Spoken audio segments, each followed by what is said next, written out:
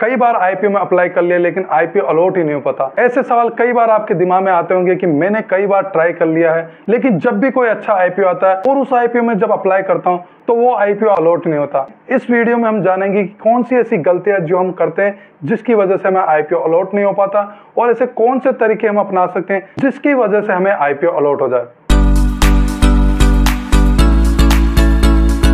नमस्कार, स्वागत है आपका हमारे चैनल पे। जब भी कोई नया आईपीओ आता है और आपको पता चलता है कि ये आईपीओ बहुत अच्छा है, इस आईपीओ में अप्लाई करूंगा तो मुझे बहुत अच्छा लिस्टिंग गेन मिलेगा और ये सोचकर आप उस आईपीओ में अप्लाई करते हैं और मन ही मन प्रार्थना करते हैं कि ये आईपीओ आपको अलॉट हो जाए। और जब आईपीओ अलॉटमेंट का दिन आता है और फिर वो आपको आईपीओ अलॉट नहीं होता है तो आप निराश हो जाते हैं कि ये आईपीओ मुझे अलॉट नहीं हुआ। क्या ऐसा तरीका अपनाऊं जिससे कि मुझे आईपीओ अलॉट हो जाए? क्या मैं कोई गलतियां कर रहा हूं जिससे कि मुझे आईपीओ अलॉट नहीं होता? कुछ व्यूअर्स ने मेरे पास कमेंट भी किया कि क्या ऐसे कारण है जिससे कि मुझे आईपीओ अलॉट नहीं होता और ऐसी क्या टेक्निक है जो मैं अपनाऊं तो मुझे आईपीओ अलॉट हो जाए। अगर आप भी चाहते हैं कि आपको आईपीओ अलॉट हो, इस वीडियो को आप एंड तक देखिए और पूरा वीडियो देखने के बाद में आपको पता चलेगा कि आप क्या गलतियां कर रहे हैं और आपको पता चलेगा कि कुछ रूमर्स भी फैले हुए हैं, कुछ मिथ और भ्रांतियां लोगों के द्वारा फैलाई गई है कि ऐसा करने से आईपीओ अलॉट होगा और आपको पता चलेगा क्या टेक्निक हम अपनाएं जिससे कि मुझे आईपीओ अलॉट हो जाए। तो इस वीडियो को आप ध्यान से देखिए, कुछ भी चीज आप मिस ना करें। तो चलिए शुरुआत करते हैं आज के वीडियो की। आईपीओ का पूरा नाम इनिशियल पब्लिक ऑफरिंग या इनिशियल पब्लिक ऑफर है। आईपीओ की पूरी जानकारी के लिए मैंने एक अलग से वीडियो बनाया था जो कि आपको मेरे चैनल की प्लेलिस्ट पे मिल जाएगा। एक सीरीज बनाई थी basic to advanced in stock market. उस सीरीज में आपको आईपीओ की पूरी जानकारी के बारे में वीडियो मिल जाएगा। उस वीडियो का लिंक मैंने डिस्क्रिप्शन में दे दिया है, आप उस वीडियो को देख के आईपीओ के बारे में पूरी जानकारी ले सकते हैं। आईपीओ में अप्लाई करने से पहले हमें ये जानना जरूरी है कि आईपीओ में इन्वेस्टर होते हैं वो कितने टाइप के होते हैं। आईपीओ में इन्वेस्ट करने के लिए जो मुख्य रूप से इन्वेस्टर होते हैं उसमें RII investor, retail individual investor, QIB investor, qualified institutional buyer investor, anchor investor, NII investor, non institutional investor. IPO में इन्वेस्टर के जो टाइप होते हैं उसके बारे में मैंने एक डिटेल में एक वीडियो बनाया जो कि आपको मेरी एक सीरीज है basic knowledge of stock market, वो आपको मेरे प्लेलिस्ट में मिल जाएगी। वहां पे आप चैप्टर 10 वीडियो देखेंगे तो आपको types of investor in IPO के बारे में पूरी डिटेल में एक वीडियो मिलेगी। उसका लिंक भी मैंने इस वीडियो में डिस्क्रिप्शन में दे दिया है, आप जाके उस वीडियो को देख सकते हैं और आप जानकारी ले सकते हैं कि आईपीओ में कितने टाइप के इन्वेस्टर हैं। अब सवाल ये भी आ सकता है कि इन्वेस्टर के बारे में हमें जानकारी क्यों लेनी है, क्योंकि कोई भी आईपीओ आता है तो आईपीओ के जो टोटल शेयर है उसमें हर इन्वेस्टर के लिए एक रिजर्व कैटेगरी होती है और उस कैटेगरी के हिसाब से आईपीओ में अप्लाई किया जाता है। यहाँ मैंने एक आर्केड डेवलपमेंट आईपीओ का एग्जाम्पल लिया है। यहाँ पे आप देख सकते हैं कि हर इन्वेस्टर के लिए इस आईपीओ में अलग अलग रिजर्वेशन कैटेगरी है। एंकर इन्वेस्टर के लिए टोटल आईपीओ में 30% रिजर्व कैटेगरी है, QIB के लिए 20% है, NII के लिए 15% है और NII में भी बिग NII और स्मॉल NII है। बिग NII में 10% है और स्मॉल NII में 5% है और रिटेल इन्वेस्टर के लिए 35% की रिजर्व कैटेगरी है। ज्यादातर आईपीओ में आपको यही रेशियो देखने को मिलेगा, यही परसेंटेज देखने को मिलेगा। किसी आईपीओ में आपको एंकर इन्वेस्टर की रिजर्व कैटेगरी देखने को नहीं मिलेगी, उसकी जगह आपको QIB के लिए 50% का रिजर्व कैटेगरी देखने को मिलेगी।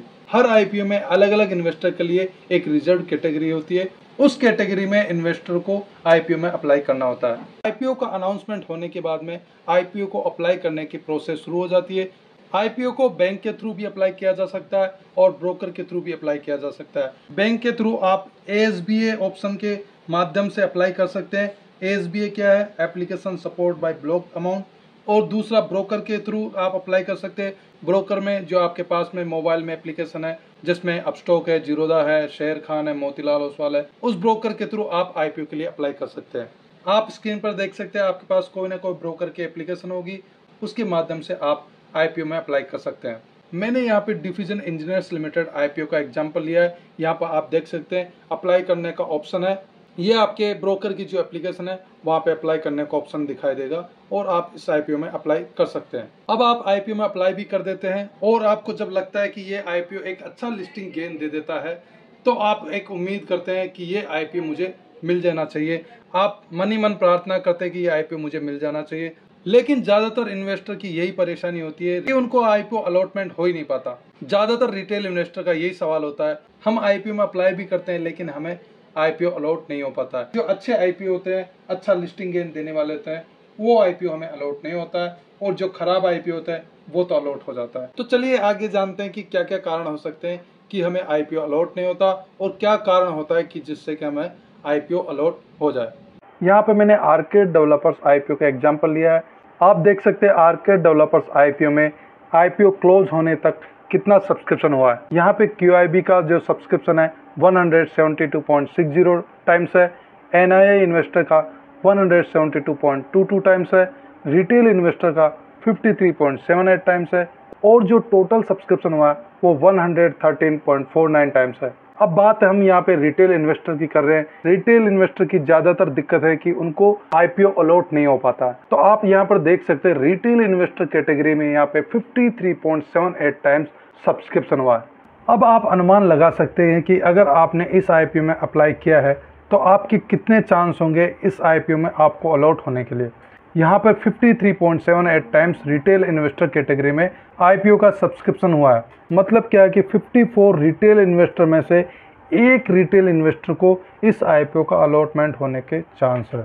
या यूँ कह सकते कि अगर आपने मल्टीपल डीमेट अकाउंट, लगभग 54 डीमेट अकाउंट से अगर आपने अप्लाई किया है तो चांस हो सकता है कि आपको आईपीओ अलॉट हो जाए। तो आप यहाँ पर देख सकते हैं अगर जिस आईपीओ में ज़्यादा सब्सक्रिप्शन होगा तो आपका चांस बहुत कम हो जाएगा आईपीओ अलॉट होने का। यहाँ आप देख सकते हैं आर्केड डेवलपमेंट आईपीओ में रिटेल इन्वेस्टर के लिए टोटल जो शेयर ऑफर हुए थे 1,11,56,250 शेयर थे, और जो टोटल शेयर ऑफर किए उनके अगेंस्ट में रिटेल इन्वेस्टर की तरफ से जो आईपीओ की एप्लीकेशन पहुंची वो टोटल है 59,99,69,370 शेयर की। इस हिसाब से रिटेल इन्वेस्टर की तरफ से टोटल 53.78 टाइम्स सब्सक्रिप्शन हुआ है।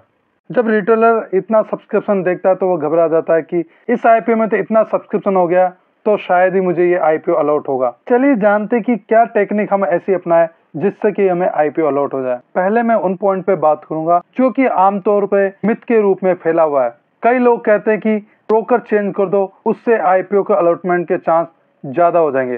पहले हम इसी ऑप्शन पे डिस्कस करेंगे कि क्या ब्रोकर को चेंज करने से आईपीओ का अलॉटमेंट का चांस बढ़ सकता है। चलिए हम इस चीज को समझते हैं कि ब्रोकर चेंज होने से कैसे आईपीओ का अलॉटमेंट बढ़ सकता है। मान लीजिए कोई आईपीओ आता है और उस आईपीओ के टोटल 1 करोड़ शेयर होते हैं जो रिटेलर के लिए ऑफर किए जाते हैं कि रिटेलर उन 1 करोड़ शेयर के अगेंस्ट में आईपीओ की एप्लीकेशन अप्लाई करे। मान लीजिए उस आईपीओ का एक लोट का साइज 100 शेयर का है, तो 1 करोड़ के जो शेयर है अगर लोट में हम कन्वर्ट करेंगे तो टोटल 1 लाख हो जाएंगे। मान लीजिए 1 लाख लोट है और 1 लाख लोट के अगेंस्ट में 50 लाख लोट अप्लाई किए गए। यूँ कह सकते 50 लाख रिटेल इन्वेस्टर ने उस आईपीओ में अप्लाई किया। इस हिसाब से इस आईपीओ का जो रिटेल इन्वेस्टर की तरफ से सब्सक्रिप्शन 50 गुना हो गया। 50 गुना सब्सक्रिप्शन हुआ है तो एक हम अनुमान लगा सकते 50 रिटेल इन्वेस्टर में से एक रिटेल इन्वेस्टर को वो आईपीओ अलॉट हो सकता है। अब बात करें हम कि ब्रोकर चेंज करने से आईपीओ अलॉटमेंट के चांस बढ़ जाते हैं। मान लीजिए 50 लाख रिटेल इन्वेस्टर में से 50,000 रिटेल इन्वेस्टर ने अपना ब्रोकर चेंज कर दिया और उन 50,000 को ये आईपीओ अलॉट हो जाता है। जो बाकी 50,000 लोट बचे थे वो 49.5 लाख रिटेल इन्वेस्टर में से किन्हीं 50,000 रिटेल इन्वेस्टर को वो आईपीओ अलॉट होगा।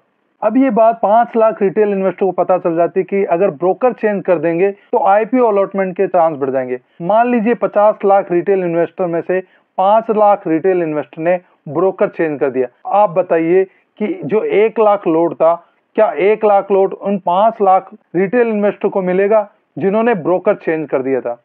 ये एक रिटेल इन्वेस्टर में एक मिथ बना हुआ है, भ्रांति बनी हुई है कि अगर ब्रोकर चेंज कर देंगे तो आईपीओ अलॉटमेंट के चांस बढ़ जाएंगे, लेकिन ऐसा कुछ नहीं है।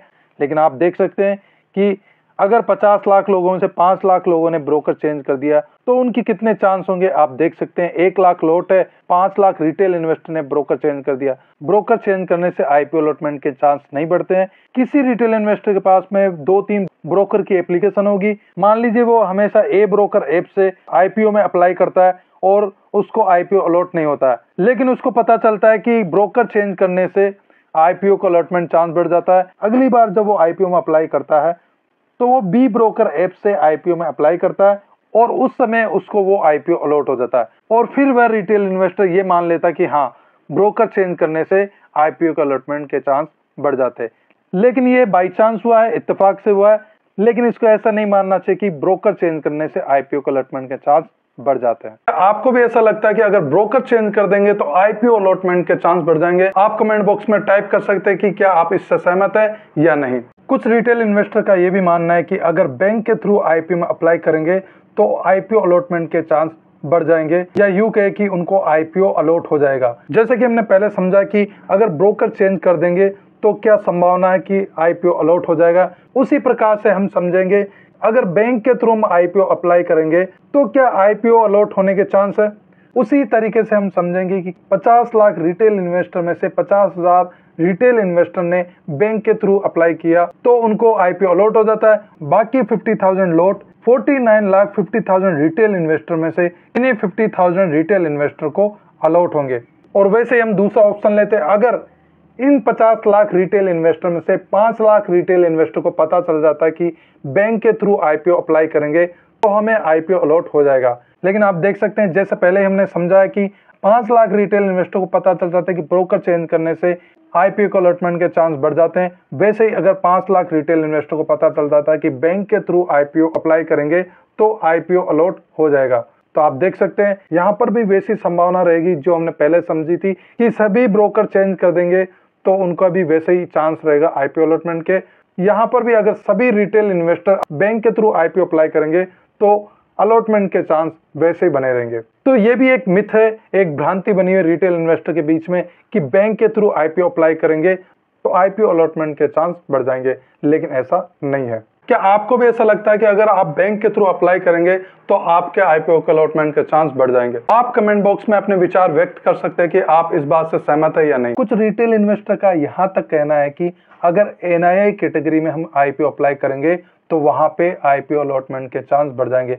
लेकिन आप देख सकते हैं आर्केड डेवलपमेंट आईपीओ में जो एनआईआई कैटेगरी में सब्सक्रिप्शन हुआ है वो 172.22 टाइम्स रहा। तो यहाँ पे तो कंपटीशन बहुत ज़्यादा है, यहाँ पर आईपीओ अलॉटमेंट के चांस तो बहुत कम है।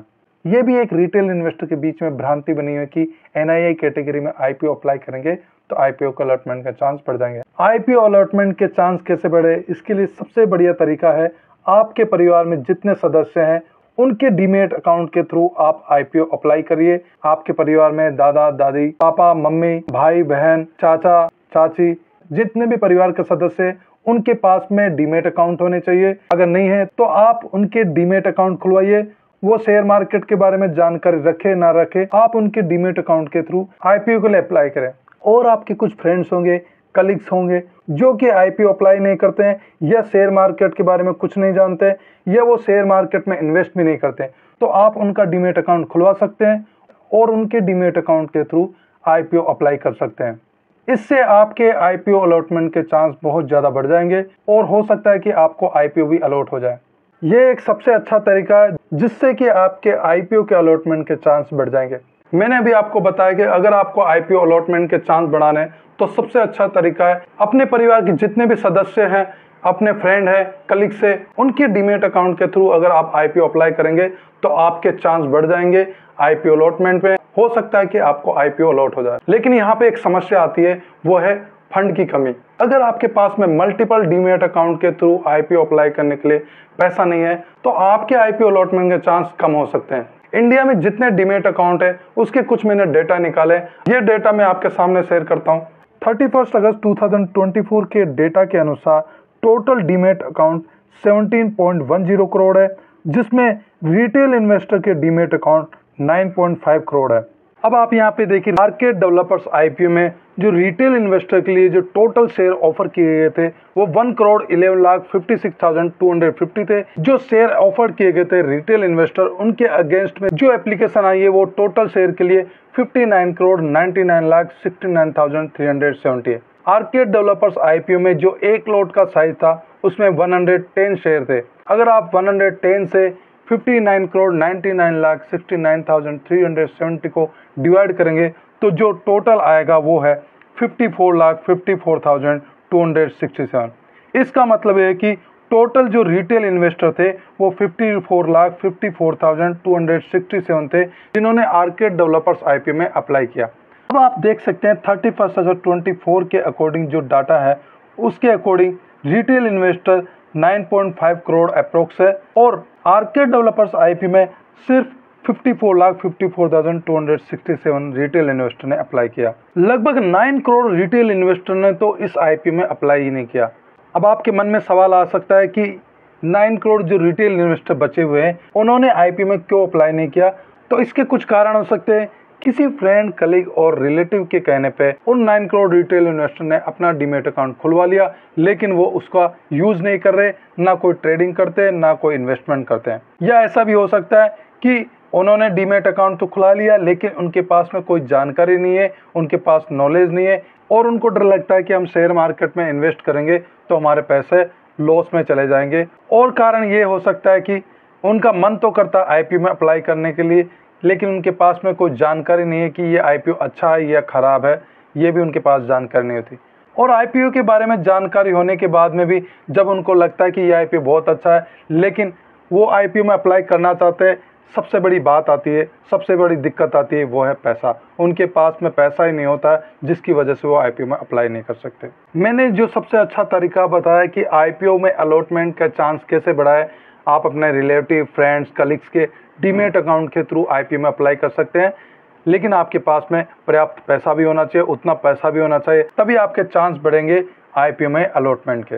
इस पॉइंट को मैं यही समराइज करूंगा कि अगर आपको आईपीओ में अप्लाई करना है और चाहते हैं कि आपको आईपीओ अलॉट हो जाए तो आपके पास में पर्याप्त पैसा होना चाहिए आईपीओ में अप्लाई करने का, जो कि मैंने तरीका बताया कि आपके रिलेटिव, कलीग्स और फ्रेंड्स है उनके डीमैट अकाउंट से आपको आईपीओ अप्लाई करना है, तो उसके लिए आपके पास में अच्छा खासा पैसा होना चाहिए। अब आपको ये तो पता चल गया कि आईपीओ में अपने अलॉटमेंट के चांस बढ़ाने हैं, तो आपके जो भी नियर डियर है, रिलेटिव है, फ्रेंड्स है, कलीग्स है, उनके डीमैट अकाउंट के थ्रू आपको आईपीओ अप्लाई करना है। लेकिन इतने मल्टीपल डीमैट अकाउंट के थ्रू अप्लाई करने के लिए पैसा भी चाहिए और आपके पास में इतना पैसा नहीं होता, बस आपके पास में एक लॉट अप्लाई करने के लिए ही पैसा होता है। तो मैं आपको बता दूं कि आईपीओ अलॉटमेंट एक लॉटरी सिस्टम है। ये सिस्टम के द्वारा इन्वेस्टर को रैंडमली अलॉट किया जाता है, या यूं कह सकते हैं कि ये हमारे लक पर डिपेंड करता है। कई इन्वेस्टर ऐसे होते हैं जिनको आईपीओ अलॉट होता ही रहता है और कई ऐसे इन्वेस्टर जिनको आईपीओ अलॉट ही नहीं हो पाता और वो निराश हो जाते हैं कि उनको आईपीओ अलॉट होता ही नहीं है, तो फिर आईपीओ में अप्लाई करने का क्या फायदा। लेकिन इसमें निराश होने वाली कोई बात नहीं है। आप आईपीओ में अप्लाई करते रहिए और दिमाग में बस ये ध्यान रखिए, अगर आपको आईपीओ अलॉट नहीं हो रहा, इसमें आपको कुछ आ भी नहीं रहा तो कुछ जा भी नहीं रहा, बस ये सोच के आपको आईपीओ अप्लाई करना है। इसमें आपको कोई नुकसान नहीं है, बस कुछ दिन के लिए आपके पैसे ब्लॉक हो जाते हैं, लेकिन आपको आईपीओ में लक आजमाने के लिए भी आपको आईपीओ में अप्लाई करने का सही तरीका भी पता होना चाहिए। कई बार ऐसा होता है कि आप आईपीओ के लिए अप्लाई करते हैं लेकिन आपको आईपीओ अलॉट नहीं होता, वो आपकी कुछ गलतियां होती है उसकी वजह से ही होता है। और ऐसा भी होता है कि आपका पैसा अटक जाता है और आप परेशान होते रहते हैं कि मेरा तो पैसा भी अटक गया और आईपीओ को अप्लाई भी नहीं कर पाया। ऐसे बहुत सारे कमेंट मेरे पास आते हैं कि मैंने आईपीओ के लिए अप्लाई किया था लेकिन आईपीओ के लिए अप्लाई भी नहीं हो पाया और पैसा भी कट गया। चलिए देखते हैं कि आईपीओ अप्लाई करते टाइम आपको क्या बातें ध्यान में रखनी है। आप स्क्रीन पर देख सकते हैं ये एक एसएमई आईपीओ है, पैरामाउंट डाइट टेक लिमिटेड। इसमें आप देख सकते हैं एक लॉट में जो मिनिमम क्वांटिटी है वो 1200 है और जो शेयर की प्राइस है वो 111 रुपीज़ से लेके 117 रुपीज़ है। एप्लीकेशन अप्लाई करने की जो स्टार्ट डेट है वो 30 सितंबर है और लास्ट डेट 3 अक्टूबर है। यहाँ पे आप देख सकते हैं अप्लाई का ऑप्शन है, आप अप्लाई करिए यहाँ पे। और अप्लाई करने के बाद में एक ऑप्शन आता है यूपीआई आईडी, तो आप यूपीआई आईडी यहाँ पे डाल सकते हैं, जो भी आपकी यूपीआई आईडी है। यहाँ पे आप यूपीआई आईडी डालने के बाद में आप सेलेक्ट ऑप्शन है, यहाँ पे इंडिविजुअल जो रिटेल इन्वेस्टर है उसमें इंडिविजुअल कर सकते हैं। और नंबर ऑफ लॉट, यहाँ पे आपको नंबर ऑफ लॉट डालना है। जैसे एक लॉट डालेंगे, आपने एक लॉट टाइप किया और यहाँ पे आप देख सकते हैं 1200 यूनिट्स दिखा रहा है, मतलब एक लॉट में जो आपको पहले मैंने बताया, आपने स्क्रीन पर देखा, एक लॉट में इस आईपीओ के लिए 1200 शेयर है, तो ये ऑटोमेटिक आप जब एक टाइप करेंगे तो 1200 यूनिट्स आ जाएगा। किसी किसी ब्रोकर ऐप में अलग ऑप्शन है, वहाँ पे आपको शेयर ही डालना पड़ता है। आप देख लीजिए उस एक लॉट में कितने शेयर हैं, वो टोटल आप शेयर डाल दीजिए। इसके बाद में आपको बिड प्राइस डालना है। तो बिड प्राइस आपको हमेशा ध्यान रखना है, ज़्यादातर जो आईपीओ होते हैं वो ओवर सब्सक्राइब हो जाते हैं। अगर आप कम प्राइस डालेंगे तो आपका चांस बहुत कम हो जाएंगे IPO अलॉट होने के। तो आप हमेशा जो लास्ट प्राइस होती है, कट ऑफ प्राइस बोलते हैं, आप यहाँ देख सकते हैं जो शेयर की प्राइस है 111 से लेके 117 है, तो आपको जो लास्ट प्राइस है 117 वो आपको यहाँ पे डालनी है। तो यहाँ पे आप 117 डाल दीजिए या फिर आप कट ऑफ प्राइस पे क्लिक करिए। जैसे ही आप कट ऑफ प्राइस पे क्लिक करेंगे तो ऑटोमेटिकली 117 इसमें आ जाएगा। देख सकते हैं यहाँ पे एक बॉक्स है, आप उस बॉक्स पे क्लिक करिए। बॉक्स पे क्लिक करने के बाद में यहाँ पे कंटिन्यू आ गया है, कंटिन्यू पे आप क्लिक कर दीजिए। कंटिन्यू पर जैसे क्लिक करेंगे जो आपकी UPI ऐप है उसको आप ओपन करेंगे तो आपको पे करने का ऑप्शन आएगा, वहाँ पे आप जाके पे कर दीजिए। जैसे ही आप UPI ऐप से IPO का जो अमाउंट होता है उसको पे कर देते हैं, ये पूरा प्रोसेस करने के बाद में ही माना जाएगा कि आपने IPO के लिए अप्लाई अच्छे से किया है। UPI ऐप से पेमेंट करने का जो ऑप्शन आता है कभी कभी उसमें टाइम लग जाता है, हो सकता है ये 5 मिनट 10 मिनट 15 मिनट या कभी कभी ज़्यादा टाइम भी लग जाता है।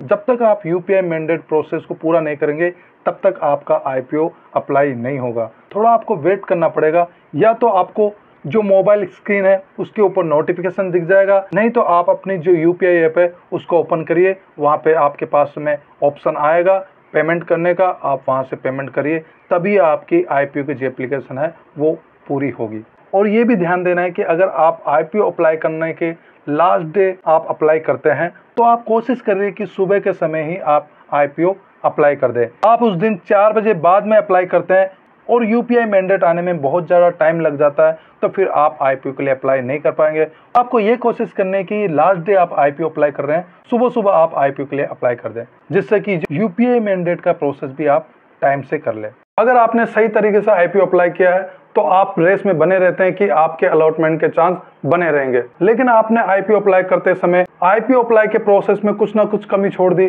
तो आपके IPO के अलॉटमेंट के चांस कम हो जाएंगे, या यूं कहें कि आपको IPO अलॉट नहीं हो पाएगा। मेरा यही कहना है कि आप निराश ना हो, आप लगातार ट्राई करते रहे। ऐसा मन में कभी ना सोचे कि आपको IPO कभी अलॉट नहीं होगा, ऐसा नहीं है। आप ट्राई करते रहे, कभी ना कभी आपको IPO जरूर मिलेगा। इस वीडियो से रिलेटेड अगर कोई भी सवाल है तो आप कमेंट बॉक्स में डाल सकते हैं। इस वीडियो को लाइक कीजिए, शेयर कीजिए। अगर आप हमारे चैनल पर नए हैं तो चैनल को सब्सक्राइब कर लीजिए। आपको हमारे चैनल के माध्यम से स्टॉक मार्केट की नॉलेज मिलती रहेगी। वीडियो देखने के लिए धन्यवाद।